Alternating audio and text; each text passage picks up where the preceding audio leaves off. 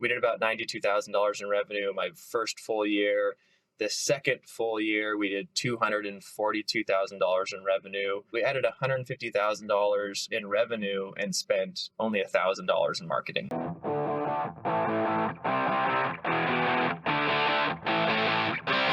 Welcome back to the Owner Ops Podcast. I'm your host, Austin Gray, and in this episode, I'm hosting Logan Robinson. Logan owns a cleaning business in Arkansas who formerly specialized in Airbnb cleanings. But at the end of 2024, he's changed his strategy completely. Why? He grabbed dinner with Johnny Robinson. Johnny is the Squeegee God on Twitter and hosts the Home Services Academy. When Logan told Johnny his business plan, Johnny said, "Why? You've got to change this."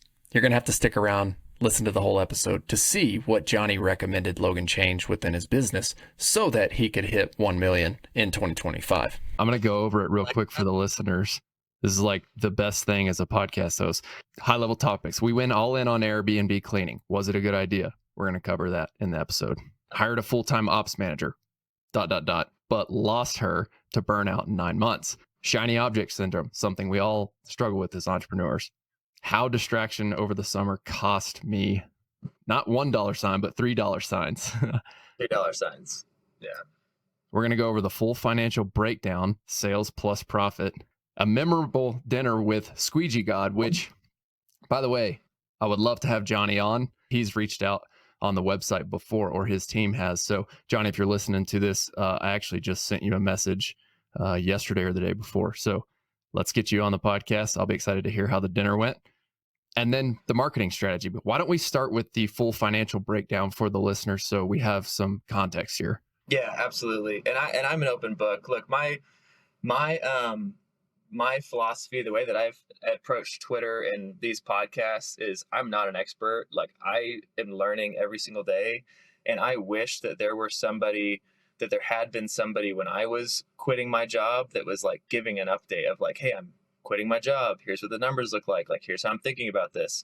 And I have so many friends that just talk to me every day about like, man, I'd love to quit my job and do what you're doing. And I'm trying to show them the good and the bad. Like, I'm trying to give an honest take on full-time entrepreneurship. And so this is my first full-time year in the business, right? So last year I started the cleaning business pretty much last year, and I was doing that part-time while I was still working at my corporate job. We did about $92,000 in revenue my first full year. The second full year, we did $242,000 in revenue, just under 20% in profit. A lot of that profit got eaten up by the ops manager, which I'm happy to talk about that in depth as well. So that's kind of what the picture looked like this year. So 2024, we did $242,000 in revenue. And yes, I think it was like 17% in net profit. That growth, though, we added 150. This is what I'm excited about, right? We added $150,000 in revenue and spent only $1,000 in marketing. So like, we were able to grow quite a bit and not do pretty much any marketing. I think that was a mistake, but we'll talk about that a little bit later on. So yeah, that's kind of the full financial breakdown right there, at least the top and bottom. Fantastic. And so I think all of these are going to intertwine together. Your decision to go all in on Airbnb cleaning, hiring an ops manager. Where do you want to start here?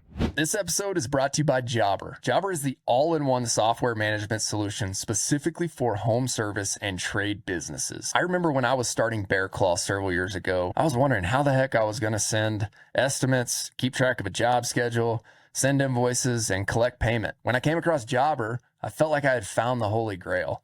Jobber makes the back end of my business so efficient, and it saves me time as a business owner.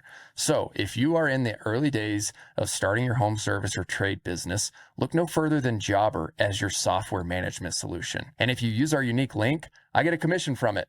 And Lord knows I still have debt to pay down on all this heavy equipment. If you've been enjoying the podcast, this is one way you can support us. Visit go.getjobber.com/OWNROPS. That is go.getjobber.com/OWNROPS. Let's start with the going all in on Airbnb, because the last podcast episode I was on, and this will weave into the Johnny Robinson dinner as well, and I'll just go from there. So the last podcast we were on, I told you, hey, I've made a decision. Like, I'm drawing a line in the sand. Like, we're only going to do Airbnb. And like, here's why: the market needs it. I've got cleaners that are great at Airbnb. We are just going to put our foot down and just go full on Airbnb. So we did that for the full year, right? We did that for the full year. I was actively, we'd still get calls for residential. We'd still get calls for stuff like that. And I would just refer them out to other residential cleaners because I just really wanted, hey, you know what? We only do Airbnb.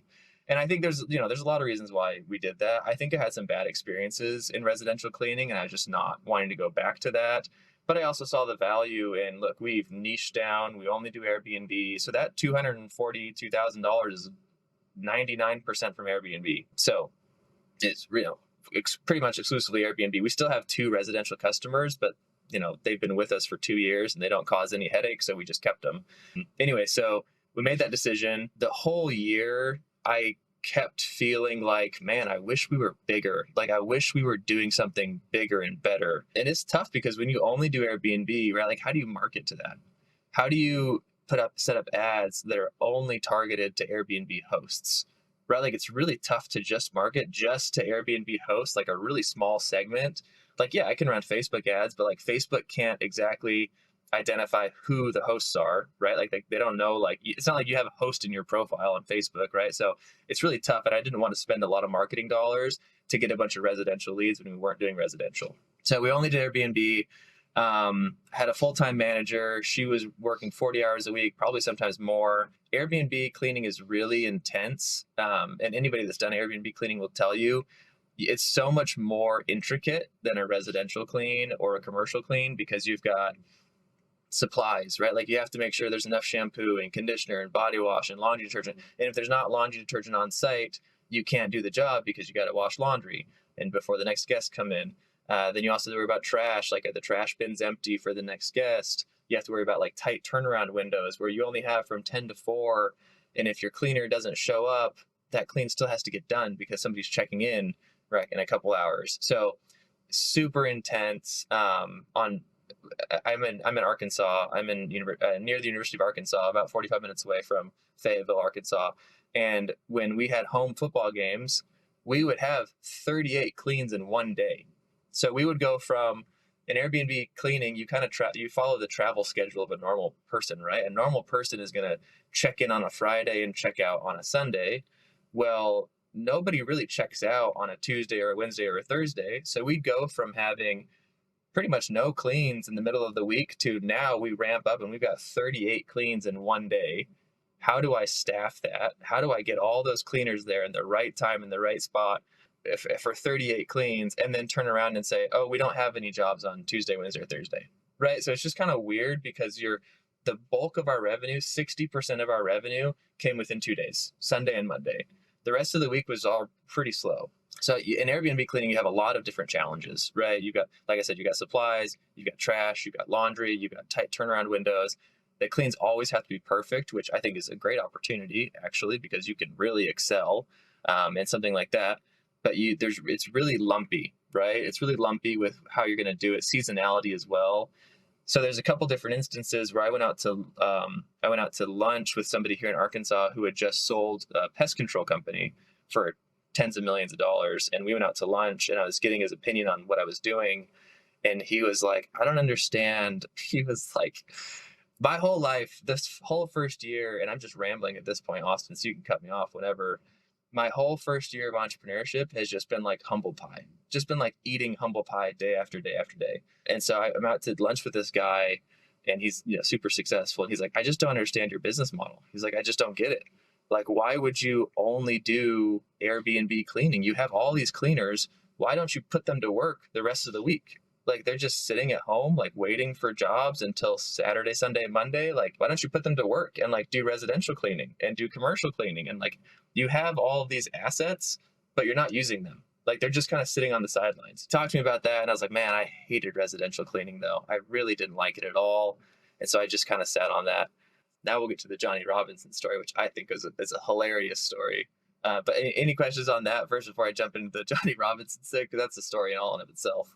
Well, my initial questions are, and you may be about to answer this, but like after he, shares feedback on that, Like, where's your head go? Like, do you consider jumping back into it? I know you said that you hated it. I thought about it for a hot second and I was like, no, we're going to make it work just Airbnb. Like, we're just going to do Airbnb. I'm going to totally ignore this advice. So I thought about it for maybe half a day, talked to my wife about it. And my wife was like, oh, well, you could make it work by, doing this and have somebody else run the residential side since you hated it so much. But no, I didn't really think much of it at that point. Like, it was in the back of my head, but never really brought it up again. Why did you hate residential so much? So, everything comes back to my fault, right? It's extreme ownership, whatever. It's always my fault. I was really bad, and I'm learning this. I was really bad at setting proper expectations with customers and cleaners. And so I think that when I'm on a sales call, my natural tendency is to just say whatever I need to say to get the job, to get the deal done and get it closed. And so like a customer would, be talking about, well, they would say over the phone, like, it's in really bad shape, like it's a hoarder situation, or, I was in the hospital for 10 weeks and I've come home and it's just a complete disaster. All of these situations, right? These are typically just one-time cleans, right? Like a recurring residential clean doesn't really have these problems, but a one-time deep clean or a move-out clean, you sometimes get really bad situations. And so I was just so eager to close the deal. I'm like, yeah, whatever, we'll get it done. Like, yeah, hoarder situation, not a problem. We'll get it done. Like, we'll take care of it. It's not an issue. And then I'd send my cleaners out there, and my cleaners would be pretty upset because they didn't know going into it that it was this situation. So they wouldn't do a good job because I didn't give them the right information. I didn't give them the right pay. They would be pretty upset. So the job would not be fully done. Then the customer would be upset because the job's not fully done because I didn't set expectations. So I just had a couple bad experiences where I let both cleaners and customers down. And I said, you know what? I'm just going to be done. Like, I don't like this anyway. And I think there's an opportunity in the Airbnb market to be to be a really good person in this space. And I think we've accomplished that here in Bentonville. I think we've got a really good reputation, but we're capped, right? We can only grow so much just doing Airbnb in a small town of 100,000 people when, Airbnb is such a small percentage, but think about all the personal residences that need to be cleaned, right? Like, why am I limiting my growth so much by just focusing on that? Okay, let's go to Johnny's dinner. Yeah, what came of that conversation? Johnny, I hope you listen to this. This dinner was crazy to me, Johnny. So this is what happened. So my wife is from Las Vegas. She's born and raised in Las Vegas. Her parents have lived there their whole lives. So we were in Las Vegas for Christmas. It's just last month in December. And I'm walking down the street, just on a walk, and I'm listening to another podcast with Johnny Robinson as the guest. And I'm listening to Johnny and I'm hearing him talk about cleaning business, yada, yada, yada. And then I'm like, wait, Johnny lives here in Las Vegas. Like, I should reach out to Johnny and just like get dinner. Like, so it was Johnny's first tweet that initially got me excited about the cleaning business. If you remember back, I started the cleaning business from a competition with some friends, and I learned about it from a tweet from Johnny. And so I reached out to Johnny on Twitter. He follows me. And so I reached out to him and said, hey, I'm sure you don't normally do this, but I'm actually here in Vegas. Like, I would love to take you out to dinner just to say thank you for the content, right? Like, you've inspired me to start a cleaning business, right? I just want to say thanks. So I messaged him that. He responded within it was 30 minutes. Like, it felt like it was super fast. And he was like, absolutely. Like, let's do it. When are you free? And I said, okay, so we decided on a date. And I told him, you pick the restaurant because you live here in Las Vegas, so you know better than me. He sends me this restaurant. He sends me the link to this restaurant. And I look it up. I'm a really frugal guy. Like, fine dining is not my thing. Like, I don't like to spend money. I'm happy with like a Five Guys burger. Like, I'm not a fancy guy when it comes to eating. He sends me this restaurant. It's right on the strip. And I looked at the website and there's a dress code at the restaurant. And I'm like, oh gosh, what did I get myself into? Like, what is this? So I'm like messaging. Anyway, so he tells me to show up at this time. I show up at this time. The wait staff there, the hostesses, I was like, I'm here to meet with, Johnny, reservation with Johnny Robinson. And they're like, oh, Johnny, like we know Johnny. We love Johnny. He's here all the time. And I was like, all right, this is going to be really interesting. It's a really fancy restaurant. And so we sit down. I'm already sweating bullets because I don't like to spend money. And here I am at this super fancy restaurant. So Johnny walks to me, we have a great conversation. He asks me, he says, look, tell me about your business. And I'm like, oh, well, you're going to do like 250K this year, all Airbnb, got a full-time manager, like yada, yada, yada, just like really kind of bragging on myself. Like I feel pretty proud about my business. And he just looks at me and just in like the nicest way possible. Cause he's a nice guy. He's a really, really nice guy. He just looks at me and says like, dude, you screwed this all up. He's like, this is bad. He's like, this is bad. I don't know what you did, but this is not good. And like Johnny Robinson's like he calls himself, I think he said one time he's like the godfather of cleaning Twitter, right? So like he knows, a lot about the space.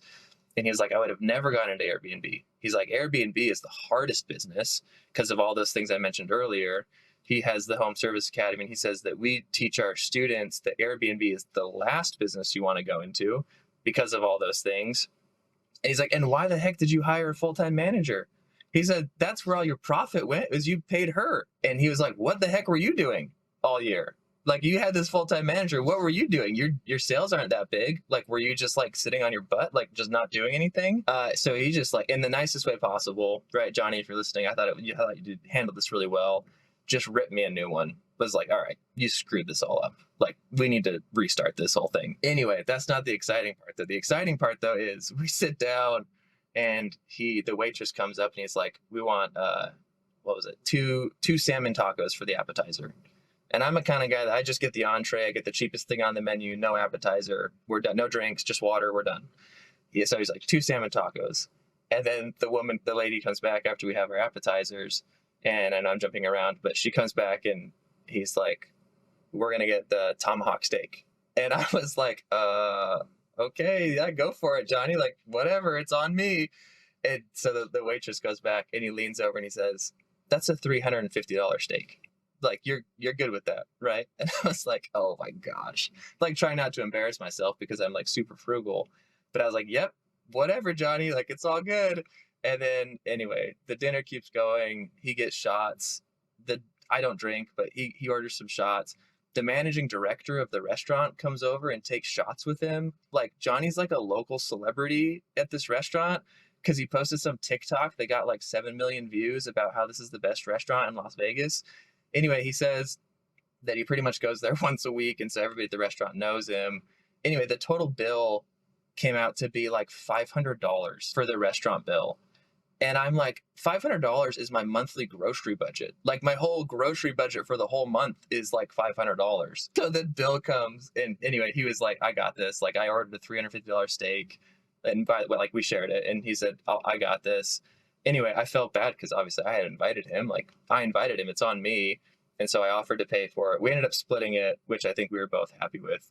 But anyway, through that dinner, first of all, it was a crazy dinner with the restaurant and everything was awesome. They lit the steak on fire in front of us, which I didn't know what's that about. Super cool. Anyway, so from that dinner, more business related stuff, Johnny was like, look, you put yourself in a tough spot because Airbnb is really complicated, and it's no wonder that you're like stressed out and that your manager just quit because of burnout, because it's extremely stressful. So here's what you need to do. Go back into residential, go do post-construction, like go do commercial, get rid of the operations manager, hire 2 VAs, like keep your Airbnb business, obviously, but you have to branch out into other stuff. And his challenge to me was, look, you need to be at $1 million run rate by the end of the year. And that was like his like nose to the grindstone. He's like, stop screwing around, $1 million run rate by the end of the year, or you're just wasting time. So really impactful dinner. I ended up, keeping in touch with Johnny. I'm working with him through Home Service Academy. Like I'm one of their students now in the accelerator course, which has been great, but really just humble pie, right? Like I said earlier, the first year of entrepreneurship is just humble pie day after day after day. So it was incredible dinner. I'll remember that forever, probably, because I think it was really impactful for me, for just somebody to tell me like, man, you've really screwed this up. So anyway, that's kind of the story. But so that future 2025 looks a lot different than 2024 did. So we're going to be going into all types of different claims. So we've already picked up lots of residential accounts just in January. We're already starting to do some commercial outreach, post-construction outreach. So it's going to look very different in 2025. This episode is brought to you by Bear Claw Media. Bear Claw Media is a growth agency for service and trade-based business owners. If you want to grow your business and you offer a high-ticket service in local service or trades, there's a really good chance that we can help you grow with Facebook, Google Ads, and content creation for platforms like Instagram, YouTube, TikTok. If you're interested in growing your business, check out gobearclawmedia.com. Fantastic. This is awesome. So why don't we break down a little bit further the numbers that were associated with that, let's call it 200, would you say 242K revenue, and you're paying an ops manager, like that triggered Johnny. So let's dive into the numbers, right? About like how much were you paying that ops manager? And then I believe that you had a section in your prep document where you wanted to dive into this. So how much were you paying her? Yeah, so that position really, this is the story. I quit my job and I did this full time for a week. So when I was working full time at this corporation, I had a VA that was running it. So I was not really involved in the day to day. Like he was running it while I was at work. Then when I quit, I was the only person running it for a week. And I was answering calls and I was doing all the coordination. And I was like, man, this kind of sucks. Like, I just can't believe I quit my job for this. Like, I don't really want to do this. And so I hired an ops manager. I was like, okay, I got to hire somebody who knows what they're doing full time here in person. Like a VA is great, but I need somebody that's going to like really take this by the reins and just run with it. So I brought her on.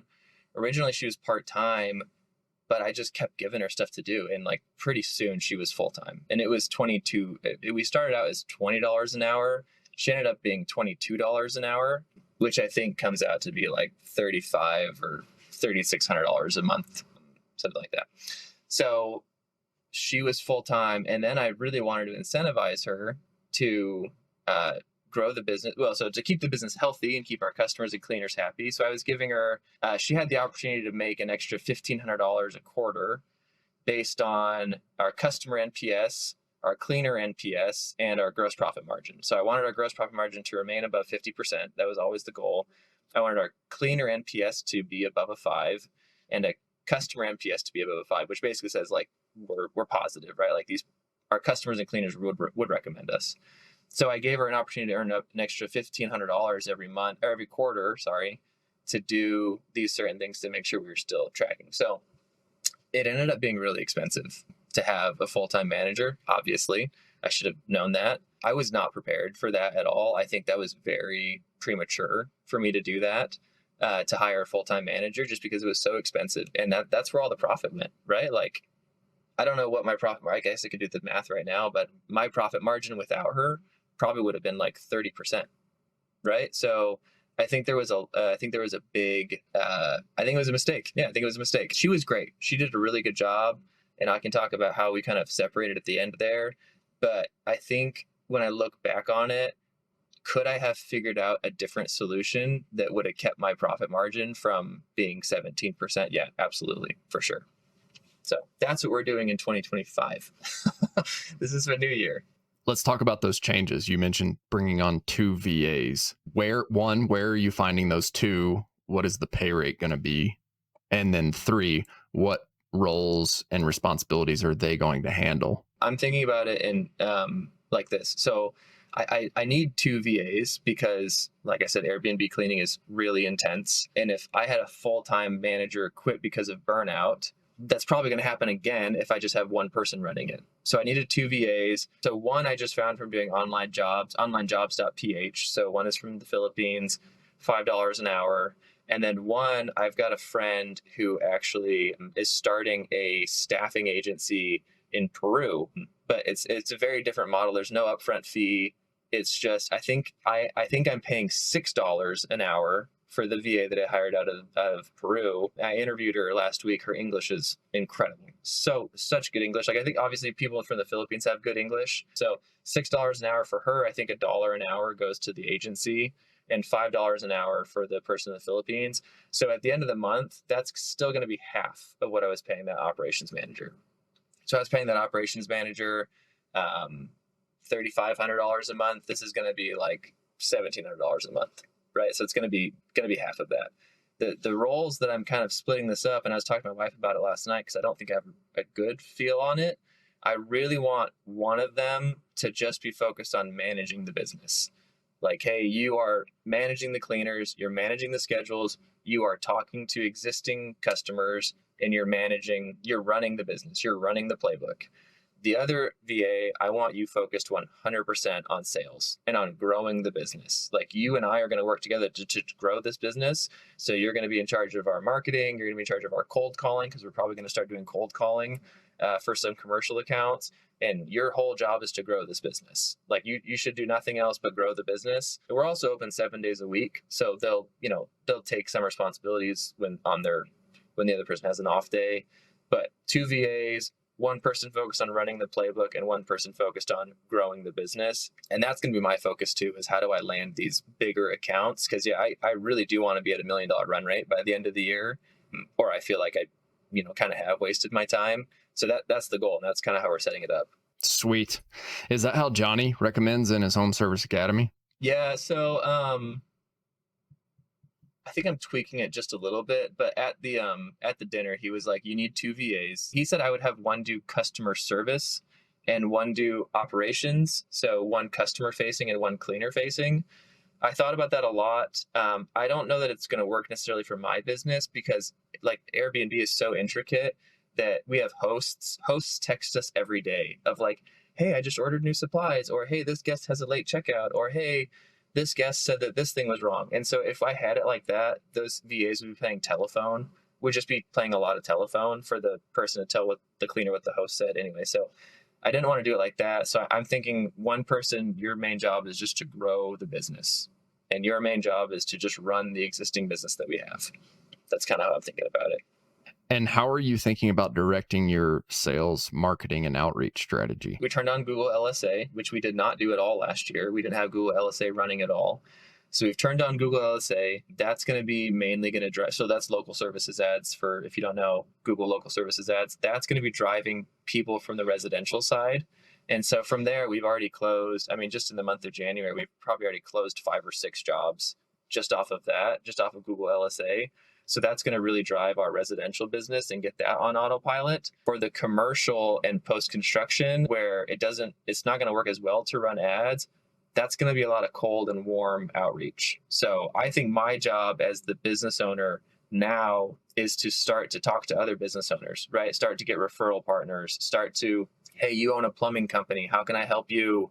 Oh, by the way, if you know anybody that needs cleaning, like, let us know. Like, I think that's going to be my role, is to establish those relationships with other business owners and other, I don't want to call them whales, but like other people that can be good referral partners for us. So like today, I'm going to do a walkthrough at a bank, right? So we're doing a walkthrough at a bank that I got from cold calling to say, hey, we'd love to give you a quote for cleaning. So I'm going to go do a walkthrough and give a quote for cleaning a bank, right? So it's going to be much more warm and cold outreach, but those are bigger accounts, right? So they don't come as easily through ads. So that one person that I'm going to, that her job is growing the business, is going to do a lot of warm and cold outreach for us. That's awesome. I hosted Brandon Dixon. Have you met Brandon yet? I don't think so. Street sweeping. He bought a street sweeping business. And the reason I bring this up is because, let me see if I can pull up the episode number here. We talked all about cold outreach, and he's growing that street sweeping business, specifically targeting the same types of customers you are, like commercial customers, property management customers, basically like construction cleans, just street sweeping, right? So he's targeting all of these different groups of people, and he's getting the data from several different softwares. Then he's putting it into a couple different cold email softwares, and then he's having a VA reach out with cold email, and then like when he gets a lead, he kind of jumps in on the warm lead. And so I found it to be really interesting, because Jake, who owns Colorado Power Wash down in Denver, he's really good at sales, but he was kind of interested in like, how do I need to do more cold outreach? So we did like a 3-person podcast on that one. I'll send you that episode, but let me see if I can just pull it up real quick. I'm going to listen to that for sure. I'm going to listen to that for sure, because that's kind of how I grew the Airbnb cleaning business. Is our marketing last year, like I said, we only did $1,000 in marketing. So it was all organic or cold outreach. And so it was split evenly, a third and a third and a third. A third found us through Facebook because I would post a lot on Facebook, and our like Northwest Arkansas hosts, Airbnb hosts Facebook group. I'd post a lot in there, and then Google. So a third Facebook, a third Google, and then a third just word of mouth referrals. That was really how we grew all last year. And so I did a lot of cold outreach, just cold DMs on Facebook. And I think that built a lot of relationships. I don't think that necessarily translated to sales, but yeah, send me that. I would love to listen to that because we're going to be doing that a lot this year. It was episode number 50. I'm going to text it over to you right now in the chat. And then we'll post the link in the description for anybody else who's listening to this. But that was just a masterclass on cold outreach. He goes over all the different softwares that he uses. He goes over how he's finding the data. I mean, he's pulling like a complete list of property management companies, a complete list of builders in specific areas that he can just have his VA send emails like, hey, we're a street sweeping business, would love to throw you a quote, right? And then he has the scripts in there. And I found it to be very helpful. And we did that for the snow shoveling side this year whenever we launched that. And that worked out well for you guys? Yes. Yes. Property management companies are the gold mine. It's like sell one and get access to hundreds. But don't you think, yes, but don't you think property managers are also pretty cheap? Like they're always just looking for the cheapest labor. I mean, that's a broad generalization, but do you think that's an issue with property managers? Maybe. I can't speak for other markets. I know how it is in mountain towns. It's we just deal with kind of like labor shortages here. So yeah, you're constrained. Yeah. But I can't speak for other markets. I think it's worth a shot because of the quantity you can get. I'm pumped for this new VA to start on Monday. I mean, I interviewed her last week, and her English, I mean, we did a mock call together. That was one thing that I really like about Johnny's program with the accelerator. So it's HSA, which is for new business owners, and then he has the accelerator program, which is for people that are already running cleaning businesses that just want to grow. So I'm in the accelerator program. So I guess free plug for Johnny. Send me a referral link, I guess. So I really like that because, you know, I have a coach. They assign you with a coach, and that coach was on VA calls with me, on VA interviews with me. Like he interviewed like 4 or 5 VAs with me. Wow. And he would ask them questions, and he would do like a mock sales call with that VA. And at the end of the interview, he'd be like, yep, no, like not great. Yes, they're good. Anyways, that was really cool. So I had this new person do a mock sales call with me last week, and her English was just amazing. And I was just like, man.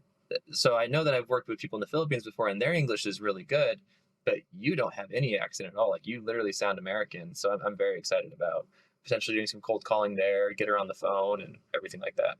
Wow. That's incredible that they assign you with a coach and they'll do interviews with you. Striker Digital specializes in SEO services specifically for local service businesses.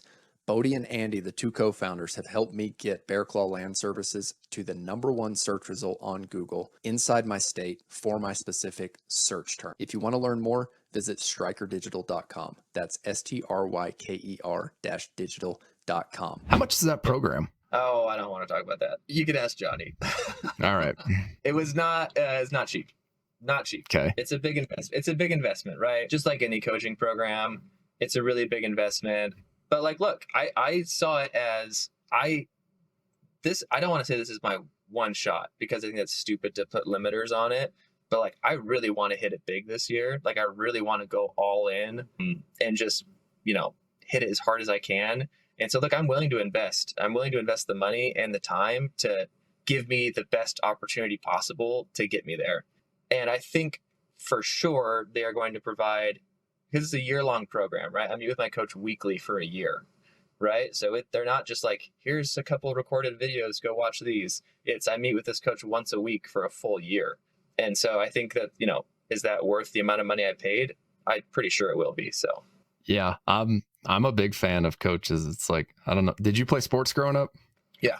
So like, I don't know. I just always like when I was considering hiring a coach last year, I'm like, man, there was always this element whenever I was playing. It was like, I just wanted to like impress my coach, you know? And so I'm like, man, how can I like tap into that in business as well? So I did the same thing. It's like, and it's not cheap.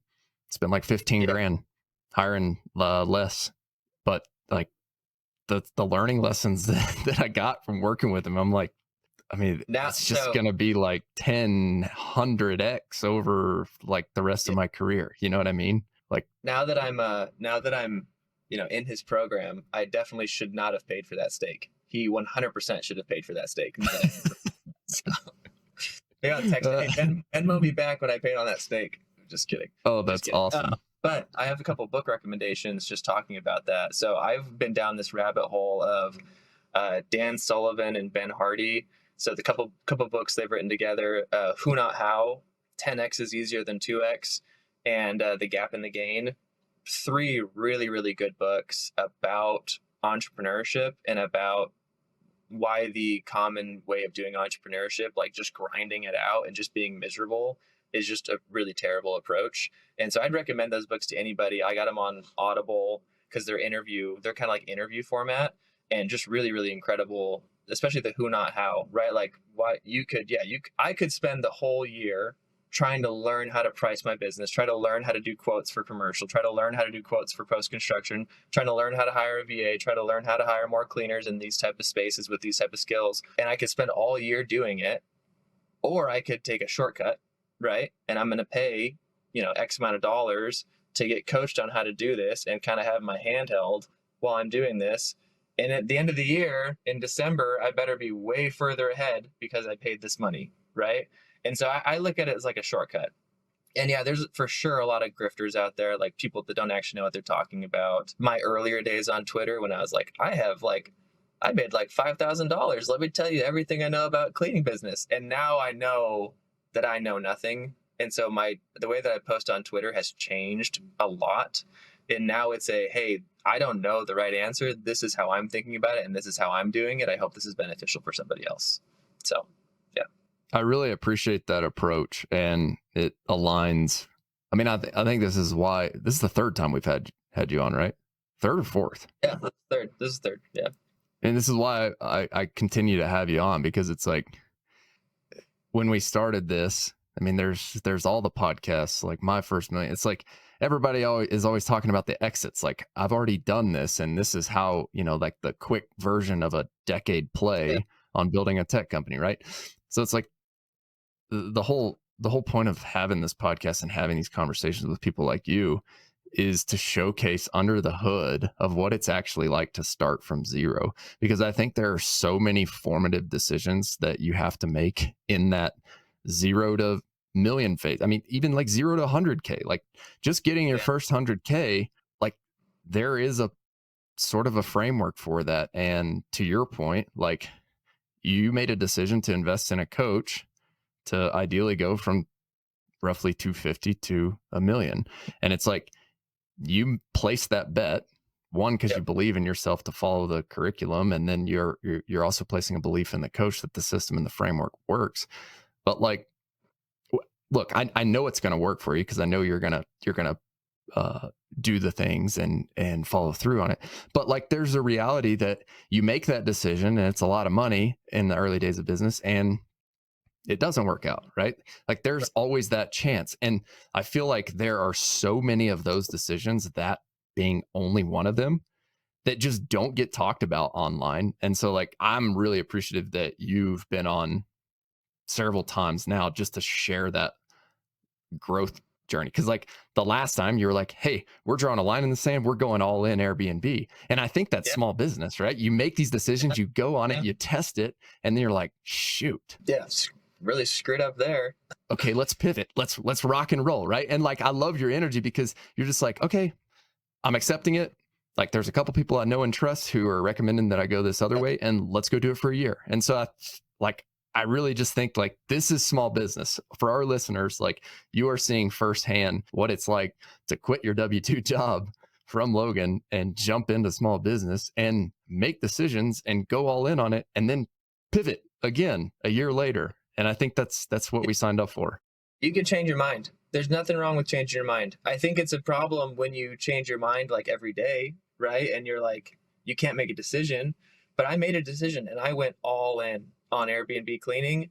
And I realized at the end of the year that it probably was not a bad decision, but I don't think it was the best decision. And so I like, you eat that humble pie. You're like, look, I made a mistake. I'm wrong. Let's fix it. And let's change and let's pivot. But yeah, finding people that you trust that have been there before, that are willing to share. Like the guy that I went out to lunch with, like he's already made it. Like he's in his 50s, sold his pest control company for tens of millions of dollars, his multi-state pest control company. And he's like already made it. Like he has no incentive to tell me what to do. But he's like, hey, from one entrepreneur to another, like, what are you doing? Like, you really should probably think about this differently. So finding those trusted mentors and having the humility to actually listen to them and think about, I probably could have done this better. So Yeah, it's really cool to watch the journey. And I do appreciate you coming on and sharing here. Yeah, sure. I've got, was there one other thing on my prep doc that we didn't discuss? Hold on just one second. Oh, my summer, my shiny object syndrome, which I think will be good. Yeah. And I believe that's kind of, I'm interested to hear what you have to say about shiny object syndrome, because as somebody who struggles deeply with shiny object syndrome, like your ability to say no to that first guy, I think that's a really good trait, even though like you're looking back and going, okay, now I'm deciding to grow into residential and commercial. But that first decision, whenever that first person told you to think about it differently, you're like, no, I made this decision. I'm going to give it enough time to see how it plays out. I think that's a powerful thing, Logan. I really do. But I'm interested to hear your perspective on shiny object syndrome and how it played out for you. Yeah. So over the summer, and this is going to be a lesson. I think this is a lesson to all new entrepreneurs, to all, every time I speak, every time I like do a podcast like this, like I always try to put myself in the perspective of what would Logan want to hear a year before? Like what would Logan want to hear just like if I were a year younger? So this year, the beautiful thing about entrepreneurship, it's a double-edged sword. The beautiful thing about entrepreneurship is you can up and go and you can leave and you can take a vacation, right? So I decided with my wife and my kids that we were going to go. My parents are in Utah. My wife's family's from Las Vegas. And so we live in Arkansas. And we have no family out here. Our closest family is in Michigan, believe it or not, which is not close. So we decided we're going to go spend 6 weeks out in Utah and Nevada, and we're just going to enjoy being with family for a long period of time. In my mind, I was like, okay, that'll be great. I've got a full-time manager. Like she's got it under wraps. Like I can step out for 6 weeks. It was never my intention to just like kick my feet up and just like coast for 6 weeks. But when you're with family for 6 weeks, when you're staying at your parents' house or your in-laws' house, and they haven't seen you or their grandkids in several months, they just want to hang out and have fun. And there's nothing wrong with that. It's wonderful. But as an entrepreneur, especially in your first year in business, that's something you probably can't afford to do. And so for 6 weeks, like, yeah, I probably worked. It's a beautiful thing. I probably worked like 2 to 3 hours a day. But think about how much that halted the growth of my business. I think about those 6 weeks, peak of the summer, right? Airbnb cleaning. Even if we had just stuck with Airbnb and I said, we're going to really hit this hard in the 6 weeks during the summer, I think about how much business we lost just because I was like kind of checked out for 6 weeks. I had this false sense of security that, oh, my manager will take care of everything. And she did. The business did great. We did really good. Like we continued to get 5-star reviews, continued to make money. We continued to grow the business, but it did not grow nearly as fast as it would have had I been like, you know what? I love my family. I love that we're here spending time with them. I have to be disciplined and still work, 6, 7, 8 hours a day. Like I still need to treat this like a full-time job. I can't take 6 weeks off, which is effectively what I did. I was only working 2, 3 hours a day. So let that be a caution to you as listeners. Like, yeah, entrepreneurship is great. You're going to get that first taste of freedom, of like time freedom. You're going to be like, oh, I can do whatever I want. That's true to an extent. But if you're trying to grow, like, don't do that, right? Like, it was a bad decision. I regret it. Like I said, first year is a bunch of humble pie. And then the other thing that I did that I felt like was not the best decision is I started a newsletter as well, which I think is fine to like capture my thoughts and to share that. We have 6,000 subscribers now to the Airbnb cleaning newsletter. It's called Same Day Turn, and it's all about Airbnb cleaning. So that was a good decision, but I spent more time building a newsletter than I did actually building the actual business. So during those 6 weeks, I spent more time like trying to grow subscribers and trying to like build this newsletter for what? Like, so I could have like a couple $100 in ad revenue? What's the point of doing that? and I neglected my business that's making real money, that's making real cash flow. And I was like, no, I'm just gonna focus on the newsletter, and like we'll just ignore that. So like just cautions. I just have a bunch of cautions to first time entrepreneurs of these are the traps that you can fall into. If something's working, just dig in and just keep going. Like don't get distracted by, oh, you might be able to do something here. Like what is a bird in the hand is better than two in the bush. Right? Like it's so true. Focus on the main business. Don't take 6 weeks off during your first year. Like really grind. I love my family. I love that I got to spend time with them, but I was just irresponsible. So that's what it comes down to. If you haven't signed up for the weekly newsletter yet, go to ownerops.com/newsletter. That's OWNROPS.com/newsletter. We summarize all of the learning lessons from the interviews with the guests on the podcast, and we distill those into short, actionable tips, tricks, tactics, and strategies that you can use to grow your own local service business. Sign up for the newsletter at ownerops.com. That's OWNROPS.com. It's such a great point because you see, I don't know, like some people will reach out and they're like, man, I just hate my corporate job. Like I want freedom and I want more time with my kids and I want, time to travel and all these things. And I'm like, if you want to start, like, I mean, you're bringing the point up. I'm like, I don't think this is going to give you that lifestyle anytime within the first 5 years. Definitely. If you actually want to grow. Right. And so I'm glad you bring that point up because I see a lot of it, and it's like, and once again, it's like, I'm really trying with this podcast is to showcase under the hood what it's actually like to start the business and to not work corporate and to jump into entrepreneurship head first. And you're showing people what it's actually like. But the reality is, and I believe that's why I chose the username, the Owner Op, and like the Owner Ops podcast. It's like, dude, you got to put on your owner operator hat. Like, doesn't mean you always have to stay like solo owner operator. But, for people listening to this, it's like Logan said, like you step away for 6 months. Who else is doing sales? Who else is doing cold outreach? 6 weeks. Who else is 6 months? Yeah. Sorry. 6 weeks. Yeah. But like in those early days, like as the owner of the business, it's like, that's the hat that if you want to grow, right? And so I hope listeners can take your story and hear that in the beginning days. Because the first, I think that we're, so Twitter, X, whatever, that's how we met each other. That's how I'm sure a lot of your listeners have found out about this podcast. Twitter and X is a blessing and a curse, right? It's a blessing and a curse. It's a blessing because that's how I started entrepreneurship, was because I saw that tweet from Johnny. I built the cleaning business. I quit my job. Like that all came from Twitter, right? Like I attribute all of that to being on X, right? The downside of that is you see the flip side, or not the flip side, but you also see people who are on the boat all day, or they're on the golf course all day, and they're talking about how successful their business is. And if you want to be successful, you got to go play golf and you got to go like spend time with, okay, that's true to an extent. But it looks so enticing and it looks so appealing to be like, yeah, I can grow this business while I'm spending 6 weeks out in the pool in St. George, Utah, right? Like, yeah, I can grow this business while I'm at the pool. And like, the reality is, no, you can't, right? Like, unless you have people doing the job that you're supposed to be doing, it's not going to grow, right? Like nobody was doing, you said it, nobody was doing cold outreach for me. Nobody was marketing the business for me. It was all me at that point. And so who did I think was going to grow the business while I was by the pool, right? Or golfing.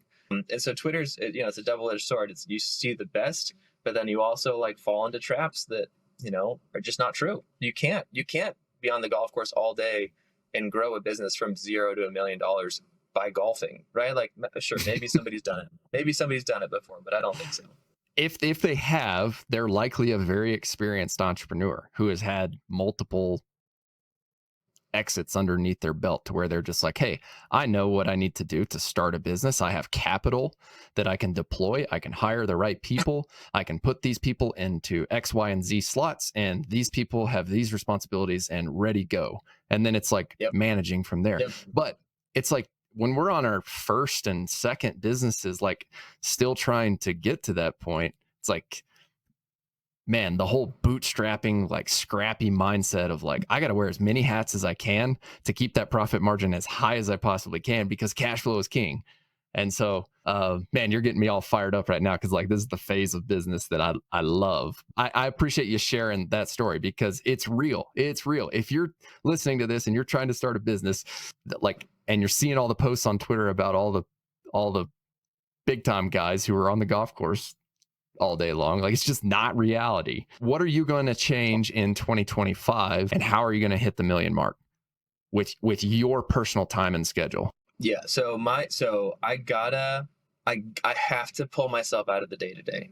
Like I think that is paramount to me hitting $1 million is I have to pull myself out of the day to day, right? Like I cannot be worrying about this property doesn't have the right supplies, right? Or this sheet is stained at this property, right? For this Airbnb.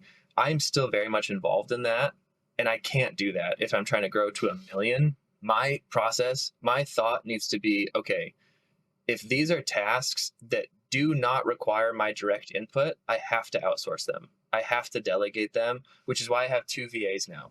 I cannot be growing a business if I'm worried about this property is out of shampoo, right? Like that is not going to help me grow my business.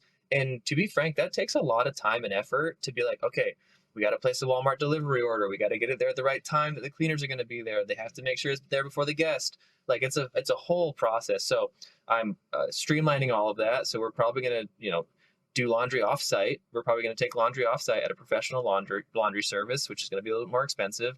We're going to take supplies offsite and have all the supplies in a storage unit that the cleaners have to go to before they go to the property, so they're prepared. So I'm changing up that process.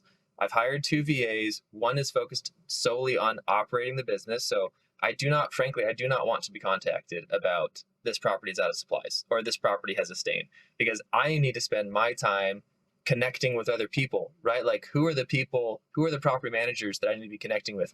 Who are the branch managers at the banks that I need to be connecting with? Who are these other people that are going to help me grow to $1 million this year?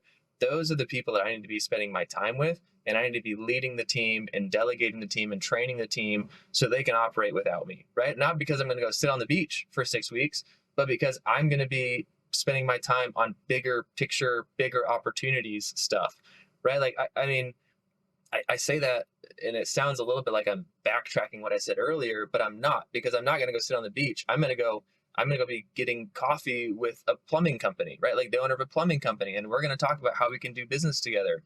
I'm going to go do cold visits and just stop by different places so I can drum up new business. Like I think my shift needs to 100% be, what are the things that only Logan is qualified to do? I'm not going to send my VA and I'm not going to send my cleaner to go meet with potential clients, right? That's my job. And so I need to focus on, okay, Logan, get out of the day to day, spend money on marketing, actually invest in marketing and train your team so they can sell the one-time jobs or like the recurring customers. And then Logan needs to go focus on what's actually going to drive the business to $1 million. Because I love the book, and my book recommendation that I'll leave with your listeners is 10X is Easier Than 2X by Benjamin Hardy and Dan Sullivan. They really focus on, look, the business owner, if you break your tasks up into 80-20, right? Like what 20% of tasks or what 20% of responsibilities drive 80% of the business? That 20% is what the business owner needs to focus on, and he has to delegate the rest of it, right? So what is the 20% in the cleaning business? That 20% is actually building those relationships with bigger customers, property managers, and things like builders and things like that. Like I have to build those relationships so that we can 10X. If I just want to 2X my business, we did 250 last year. If I want to get to 500K this year, then doing what I've been doing is going to be fine. Like we're going to get there. We finished last year, our run rate, we did like 38, almost $40,000 in November. So we're on a $500,000 a year run rate. We're on a $500,000 a year run rate. And if I want to hit $500,000, we can just keep doing what we're doing. But I'm trying to hit $1 million. So how do I completely change what we're doing, delegate the stuff that I do not need to be involved in, so that I can focus on bigger picture stuff and building those relationships? So that's what we're changing, plus actually spending on marketing and actually investing there. I love it. I love it. Well, I am going to be excited to stay in touch with you throughout this year. I think you're focusing on all the right things, and I'm excited to see you hit 1 million. I know you can do it, and I know that you will do it. Let's do it. I'm excited. Yeah. Thanks for having me on. Appreciate it. We're going to do, why don't we do like a I think what we're going to do here, the idea popped in my head. It's like thinking about doing some sort of like owner ops t-shirt for like people, anybody who starts, who hits the 7-figure mark, maybe like some sort of like package for owner ops podcast guests. Any listeners have any ideas about that? Whatever would be cool, let us know. Give me one of YouTube. I'm always jealous of those YouTube plaques that say like, the YouTube plaque, 1 million subscribers. Like I want a plaque, a gold plaque that says $1 million in sales. Like that's okay. What I want. All right. Noted.